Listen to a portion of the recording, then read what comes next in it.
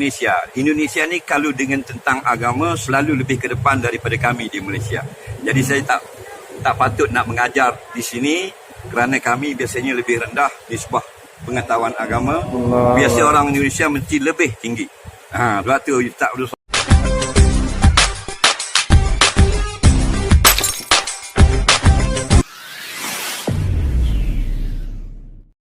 Bismillahirrahmanirrahim. Alhamdulillahirabbil alamin wassalatu wassalamu ala asyrafil anbiya'i wal mursalin sayyidina Muhammadin wa alihi washabihi ajma'in.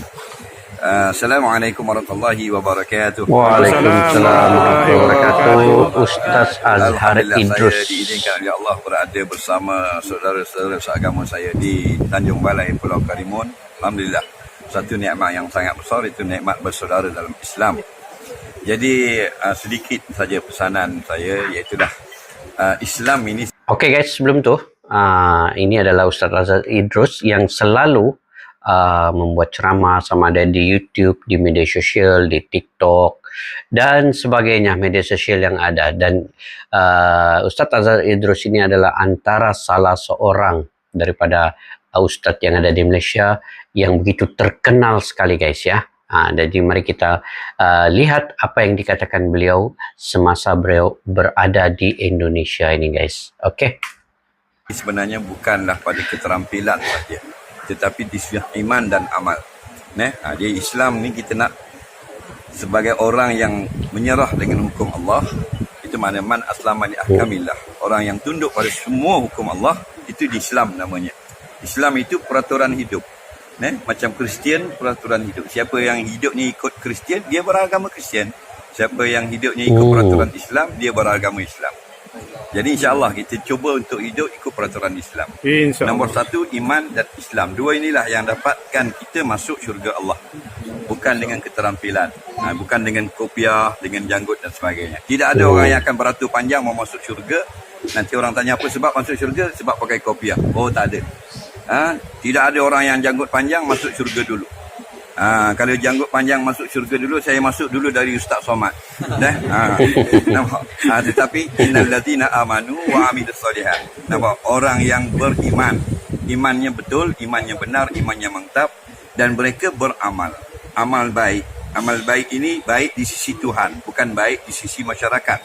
Kalau di sisi masyarakat, anak yang beri wang kepada ibu bapaknya 10 juta sebulan dikira anak yang baik walaupun tidak sembahyang. Tapi yang kira baik di sisi Allah. Walaupun tak mampu untuk beri wang kepada ibu bapaknya, tapi mereka tetap menjaga ibu bapa, hormat ibu bapa, dan dia jaga hubungannya dengan Allah. Jadi insya-Allah, bukan dengan jubah, bukan dengan janggut, bukan dengan celak, bukan dengan rida, tapi iman dan Islam. Ini aksesori insya-Allah. Oleh kerana kita kasih pada Rasulullah, kita suka pakai macam yang Rasulullah pakai. Karena la yu'minu ahadukum hatta akuna ahabba ilaihi min nafsihi wa min ahlihi wa minan nasi ajmain kama qala.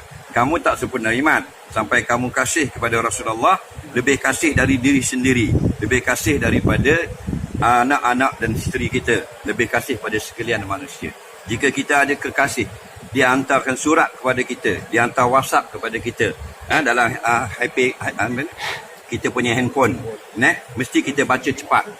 Sebab itu pesanan dari kekasih kita, seorang perempuan contohnya. Tapi Rasulullah telah kirim WhatsApp dan mesej terlalu banyak kepada kita, kita tidak buka pun mesej untuk dibaca. Rasulullah kirim dalam Sahih Bukhari 7,000 hadis, dalam Muslim 5,000 hadis, dalam Musnad Ahmad Hanbal 27,000 hadis. Semua sekali lebih kurang 300,000 hadis. Yang pesanan-pesanan itu untuk diri kita. Dan kita tidak ada ruang masa untuk membuka kitab-kitab tersebut, untuk mempelajari mesej-mesej Rasulullah. Tanda sebenarnya kita tidak cinta pada Rasulullah.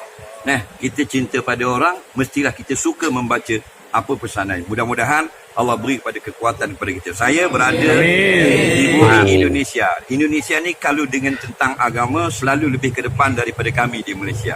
Jadi saya tak patut nak mengajar di sini kerana kami biasanya lebih rendah di sebuah pengetahuan agama.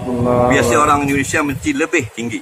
Sebab tu Ustaz Abdul Somad itu, saya nak pergi berjumpa dengan dia untuk hadir kuliah dia di Pekanbaru. Bukan mau duduk satu meja dengan dia kerana tidak layak. Tapi dia yang ajak sangat. Saya ni umpama tanah untuk tayamum saja. Ustaz Somad itu dia dah macam air. Kata pepatah Arab, iza ja'al ma' batalat tayamum. Bila sudah ada air, tayamum itu terbatal dengan sendiri. Tapi kerana itulah, kerana saya kagum sangat pada beliau, saya pun suka kepada beliau. Harap-harap tuan-tuan dan semua ni nak jaga agama, jaga ulama-ulama kita. Kerana kasih pada ulama itu, kerana kita kasih pada Rasulullah. InsyaAllah. Kita tak sempat dengan Rasulullah. Kita sempat dengan orang-orang yang di dalam dada mereka itu ada ilmu Rasulullah. Ulama itu bukan ilmunya di dalam HP, dalam handphone, dalam laptop dan sebagainya. Ulama ialah ilmu mereka itu di dalam dada-dada mereka. Jadi orang yang ilmu di dalam dada ini, kita kasih, kita cinta, mudah-mudahan menghubungkan kasih itu pada Rasulullah, kita akan dapat syurga walaupun kita banyak dosa. Allah tak heran kita banyak dosa. Allah heran kenapa kita tak mau minta maaf kepadanya. Wallahu a'lam. Mudah-mudahan dipertemukan Allah sekali lagi pada kali yang lain.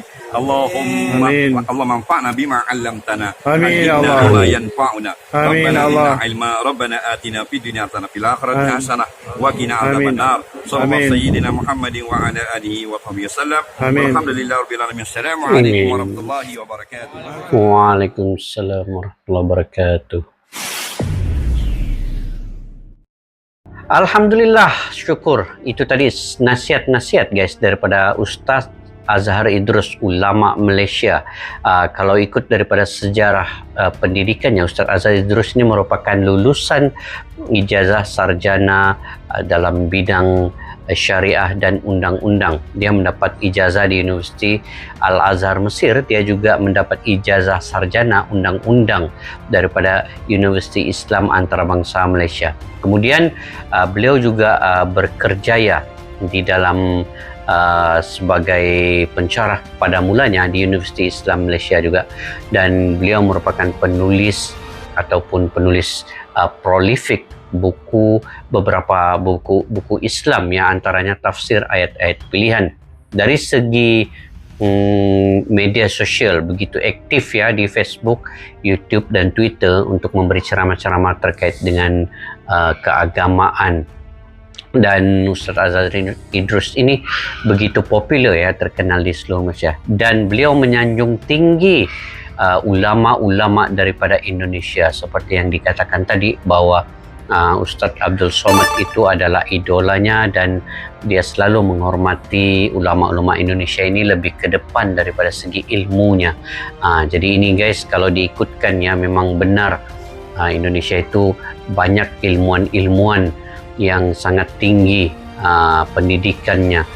Kalau mengikut sejarah dulu ya, Wali Songo itu daripada Indonesia menyebarkan agama Islam di tanah Jawa bermula daripada kurun ke-15 dan kurun ke-16 ya.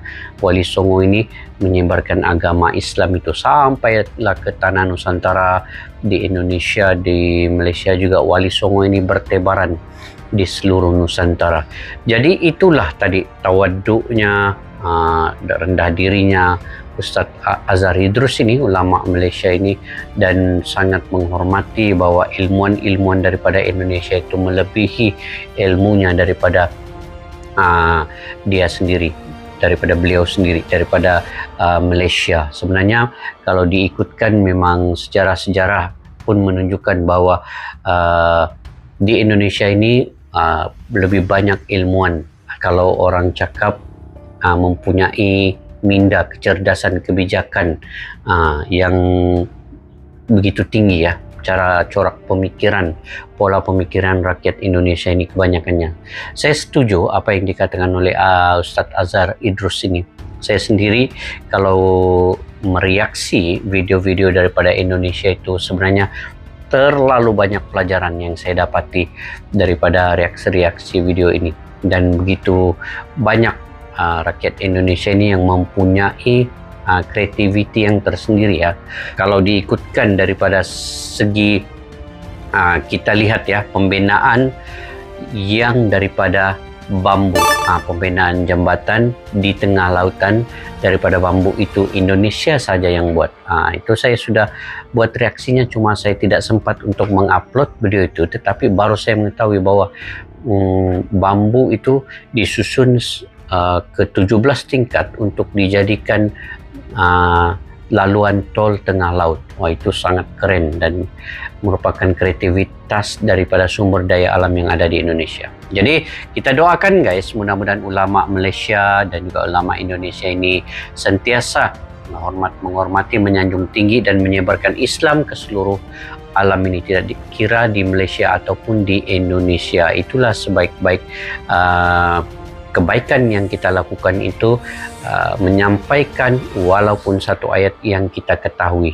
Itu ani baligul walau ayah, sampaikanlah walaupun satu ayat yang kita ketahui untuk kebaikan. Oke guys, jangan lupa juga untuk subscribe ke channel dalam video ini tadi, yaitu Dakwah Karimun. Pada yang baru ketemu channel ini, kalian boleh subscribe, like, share, dan komen. Dan juga terima kasih kerana menonton video saya daripada mula sampai ke akhir ini. Saya mendoakan kalian sentiasa dimurahkan rezeki, diberikan kesehatan, dan juga sentiasa sukses dalam apa juga bidang yang kalian usahakan guys. Oke, saya mohon maaf sekiranya ada tersalah info, tersalah kata. Sampai kita jumpa lagi di video yang akan datang. Salam silaturahmi. Assalamualaikum. Bye-bye.